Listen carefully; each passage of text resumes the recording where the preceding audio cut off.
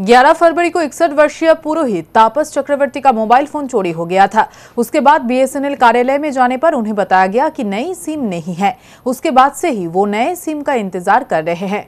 Mobile SIM नहीं रहने के चलते उन्हें अपने बैंक अकाउंट से लेन देन का कोई पता नहीं चल रहा था। बैंक जाने पर उन्हें पता चला कि उनके अकाउंट से 2,22,800 रुपए निकाल लिए गए हैं।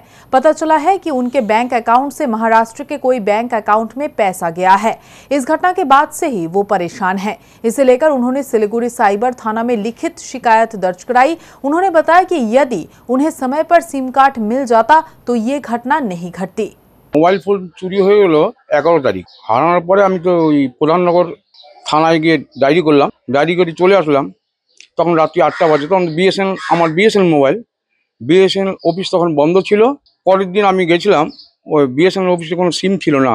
তারপরে আমি ওনাকে বললাম যে আমি যদি বাইরের দোকান থেকে সিম আনতে পারি তাহলে কি আমার ফোনটা চালু করে দেবেন? হ্যাঁ হ্যাঁ, তা দেওয়া যাবে।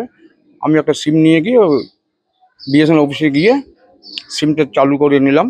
রাত্রি 10টা-11টার পর থেকে মেসেজ আসা শুরু করলো। আমার টাকা গিয়েছে 2,22,800 টাকা। না, আমি online Google pay, PhonePe, Paytm কোনোদিনই ব্যবহার করিনি, কোনোদিন না। অথচ আমার টাকা ডেবিট হয়ে গেল সব। তো স্বপ্নেও ভাবতে পারিনি না আমার টাকা এরকমভাবে চলে যায়। ফোন হারা যাওয়ার পরে যে টাকাটা আউট হয়ে যাবে আমি ভাবতে পারিনি।